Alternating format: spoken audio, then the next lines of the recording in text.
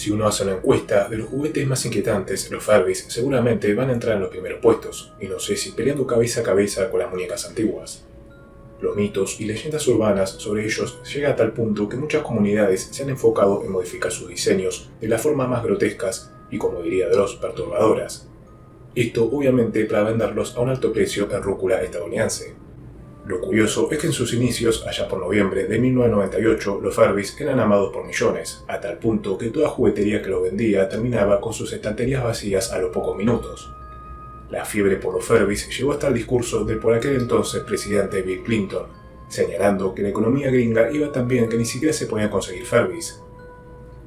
4chan y Reddit no están ajenos al manto diabólico que envuelve a los Furbies, y es por eso que quise hacer una pequeña recopilación de historias y anécdotas de los usuarios de ambas páginas sobre los primos de los Gremlins. También vamos a conocer una curiosa historia que involucró al Servicio Nacional de Inteligencia de los Estados Unidos y a estas tétricas criaturas de Hasbro, al igual que algunos mitos y leyendas de los años 90 sobre estos bichos de mierda. Comencemos con las historias de los 4chaneros. Los Furbies me aterrorizaban de pequeño y no quería saber nada con ellos, por lo que lancé el mío por la ventana del auto familiar. Juraría que aquella criatura me siguió hasta casa, ya que solía divisarla por el rabillo de mi ojo ocultándose entre los extremos de las paredes y puertas abiertas. Recuerdo que antes de lanzarlo, su batería interna ya se había agotado hacía mucho, pero aún así lo veía parpadear y oía sus inquietantes sonidos. Llevé un largo rato sufriendo de pesadillas por culpa de aquella cosa deforme.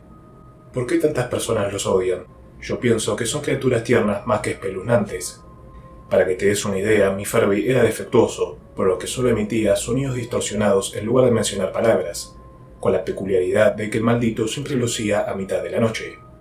A los 9 años tuve un Furby similar al de esta foto. La cosa no funcionaba correctamente, su voz emitía estática y el regulador de su voz era demasiado bajo. Mi madre me insistía que lo lanzara a la basura, y para peor había visto demasiados videos de YouTube señalándolos como algo diabólico. Con 2 amigos decidimos dejarlo abandonado en el bosque. Un año luego y de regreso en el bosque, los 3 nos gastábamos bromas sobre que el Furby regresaría por venganza. Imaginan nuestra sorpresa al encontrarlo parado encima de 2 enormes rocas. Gran parte de su pelaje había sido arrancado, la parte inferior de su pico también, y uno de sus párpados estaban caídos casi por completo. La tapa de sus baterías también había desaparecido y algo de musgo y hongos crecían de este compartimento. Uno de mis amigos lloró del miedo que sentía y corrió a lanzarlo a un cesto de basura. Ojalá le hubiésemos sacado una foto. Imagino que la mitad de la sección paranormal de 4chan se cagaría encima al verlo. Provengo de un país donde se habla el español, y a mediados de los 90 mis padres me compraron un Furby, el cual contaba con un peculiar fallo en su audio. Esta tirada de Furbies estaba preprogramada para decirte te quiero, pero el mío, tras juntar polvo en mi sótano por 2 años, comenzó a repetir de forma lenta y algo agresiva esta palabra, solo que sonaba como me quemo. Mi abuela creía que el Furby estaba poseído, así que terminó destrozándolo. Tuvo un Furby de los más modernos, al cual uno podía cambiar su personalidad y su tipo de pelaje, algo similar al que ven en pantalla. Este Furby contaba con sensores que si sentía movimiento a su alrededor despertaría. Aprovechando esto, al igual que sus chillidos molestos al despertarse, coloqué al Furby debajo de un mueble, buscando espantar a mi gato para evitar que hiciese de las suyas durante la medianoche. A la cosa de un mes me encontraba en la sala de estar navegando en internet con mi laptop. Tanto mi gato así como mi perro dormían delante mío. De repente comencé a oír pisadas similares a las de un niño subir por las escaleras mientras lanzaba una risilla. Decidí irme a mi habitación ya que no deseaba tener una experiencia inquietante con quien quiera que sea la cosa que rondaba por la casa. Mi gato y mi perro se mostraban bastante inquietos y me acompañaron al cuarto, el cual ni bien abrí la puerta quedé frente al maldito Furby, el cual reía de forma maniática, mientras dibujaba algo similar a flores en la pantalla de sus ojos. La criatura repetía una y otra vez «esto es divertido», mientras seguía riendo. Mis mascotas huyeron aterradas y la risa llegó a tal punto que mi hermana me regañó pidiéndome que callara la cosa, la cual continuó riendo hasta que su batería interna se agotó. Mis padres no me creyeron y por mucho tiempo intenté que el Furby volviese a reírse de aquella forma, pero jamás lo hizo. Un tiempo atrás fui al recital de una banda local de punk. La banda que abrió el recital era una japonesa. Recuerdo haberme sentido inquieto y algo asustado por los extraños sonidos y susurros que acompañaban sus melodías. Intrigado por aquello, me metí entre telones, descubriendo que la banda tenía varios Furbies debajo de sus instrumentos, a los cuales habían abierto de par en par, conectando sus circuitos a sus instrumentos y causando todos esos sonidos extraños. Mi Furby solía hacer el mismo ruido una y otra vez cuando uno menos se lo esperaba, Este ruido era similar al que una persona hace cuando está por vomitar o cuando está siendo asfixiada. La siguiente historia solía haberla mencionada en varias publicaciones de historias paranormales en 4chan y fue la que me inspiró a hacer este video. Aquí les va.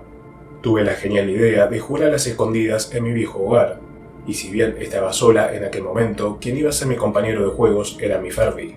Para darles algo de contexto, estábamos a 2 semanas de mudarnos y me sentía condenadamente aburrida.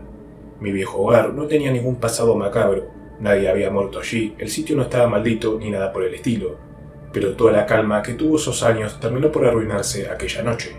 Solo deseo que mi lado ecchi de adolescente no hubiese leído aquel reto de internet sobre atraer fantasmas por medio de aquel juego, y aunque han pasado varios años desde la mudanza, todos los días siento el mismo miedo de que llegara el momento en que eso vendrá por mí. Solía creer que los Furbies eran tiernos, pero puedo confesarles que mi loca compartiría habitación con uno de ellos. Ante la curiosidad de varios forchaneros por su historia, esta anónima regresó para dar algo más de contexto.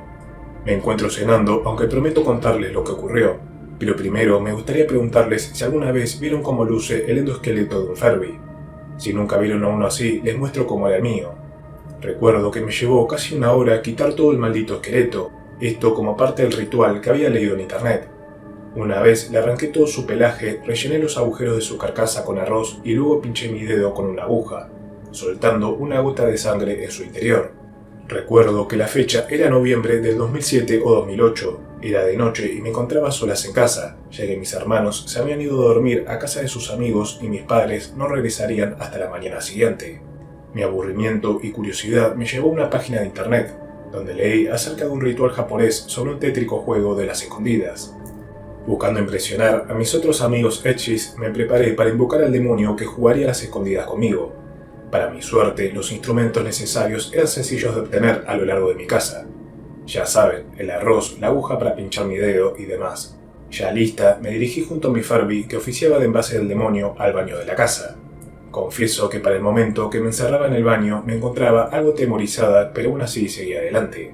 Rellenando la bañera con agua caliente, aguardé hasta que el reloj marcara la medianoche. Respiré hondo y me convencí a mí misma de que esto iba a ser pura sugestión y que nada podía hacerme daño, si solo supiese lo que estaba por ocurrir. Obedeciendo las reglas del ritual, tomé unas tijeras afiladas de la escuela y cerré mis ojos. Para iniciar el ritual tuve que mencionar mi nombre 3 veces, aún con los ojos cerrados, esto mientras me metía lentamente en la bañera. Tras esto me sequé y abandoné el baño, apagando todas las luces en mi camino y colocándome delante del televisor encendido, donde contando hasta 10 finalmente encontré un canal que emitía pura estática. Sintiéndome algo atemorizada, regresé al baño, donde tomé de regreso las tijeras, señalando al Furby y diciéndole «te encontré» 3 veces seguidas. Luego apuñalé al Furby dejando la tijera hundida en su cuerpo. Cerré mis ojos y grité 3 veces «ahora tú debes encontrarme a mí». Tomando una taza de agua y otra de sal en cada mano, corrí hasta ocultarme debajo del escritorio de trabajo de mis padres. Temblando, formé un círculo de sal entre el escritorio, tomando mi teléfono celular en la mano que ahora tenía libre. 10 minutos transcurrieron donde únicamente oía el sonido de la estática de la televisión. Me aterré al notar que la radio de la cocina se encendió por sí sola, comenzando a sintonizar también algo de estática. En medio de la estática juraría que comenzaba a oír una canción aunque no la reconocía. Del miedo comencé a llorar, pero por algún motivo sentía que ya no había vuelta atrás. La radio se apagó por sí sola y la televisión se quedó sin volumen. En ese momento solo oía mi corazón retumbar en mi pecho. Para mi sorpresa, un sonido comenzó a oírse. Era una maldita respiración. No se oía fuerte, pero sí era una respiración profunda.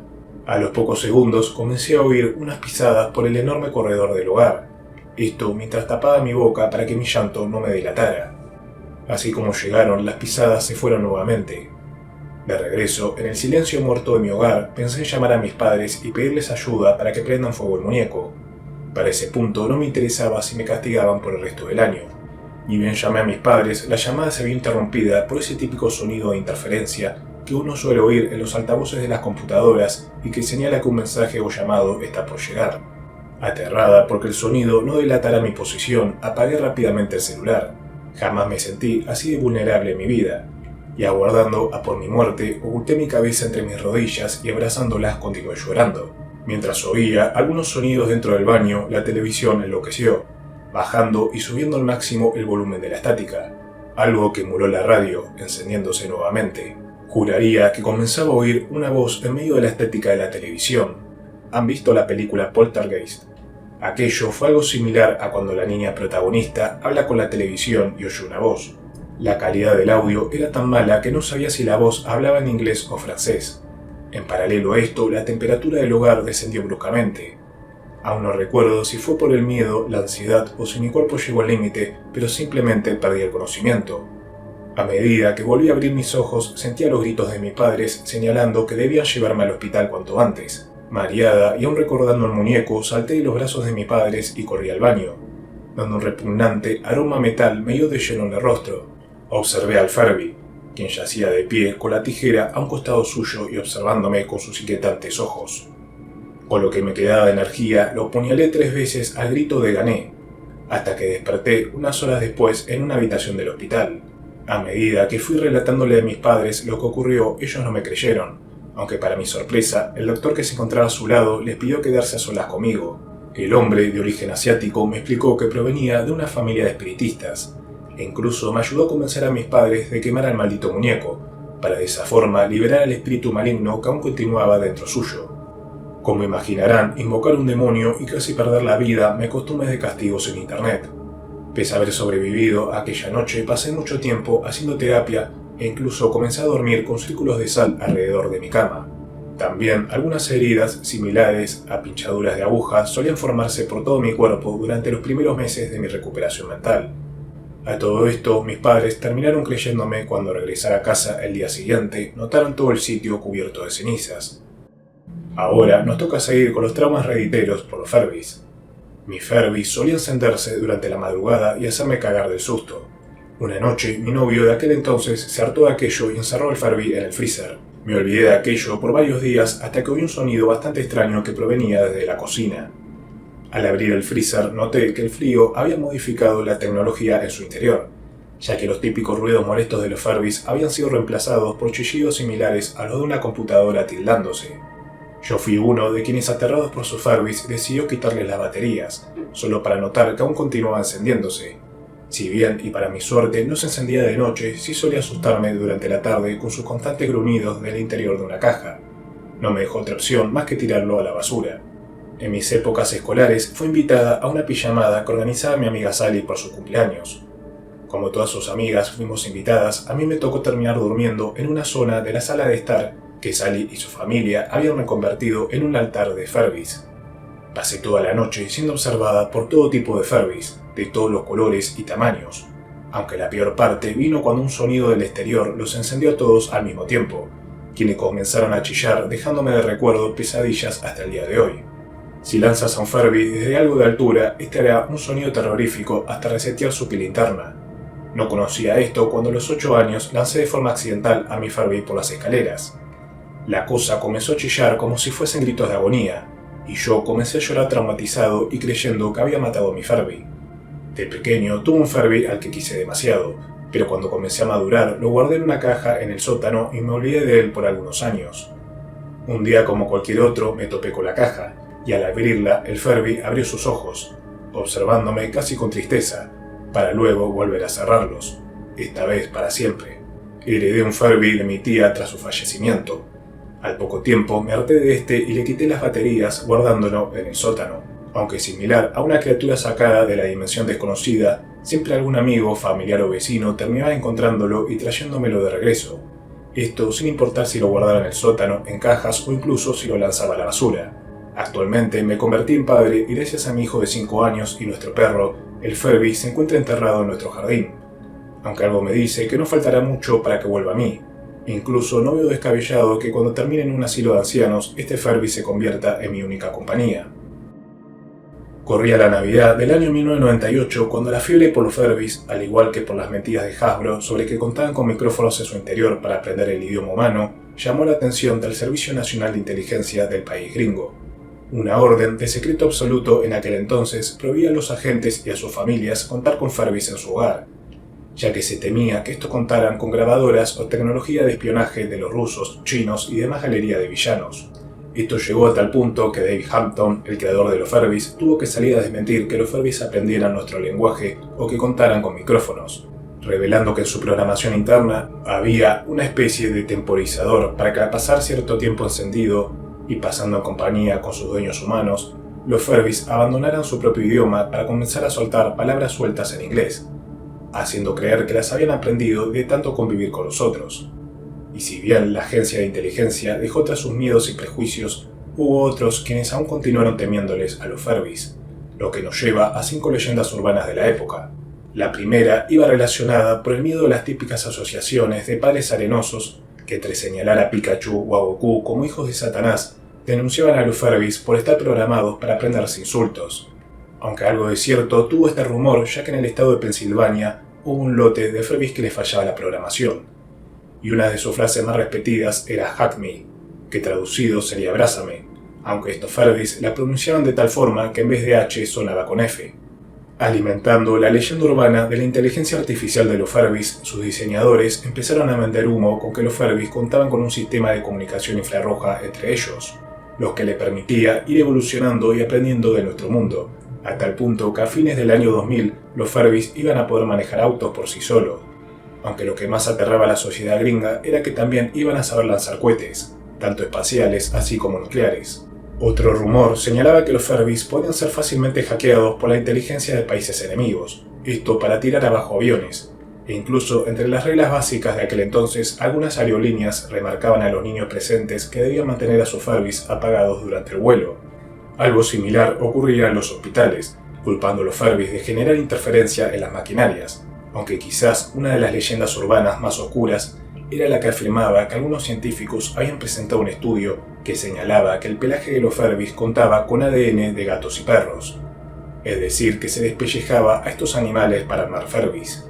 Y aunque una posible explicación al asunto de los Ferbis que continúan vivos por varios años es que contaban con una batería interna secreta hecha para que los Ferbis no se reprogramaran tras años de uso y cuando sus baterías comenzaran a fallar, lo divertido es siempre atribuirles un lado satánico, algo en lo que, como vimos a lo largo del video, nos declaramos culpables junto a espías, doctores, pilotos de avión y padres sobreprotectores.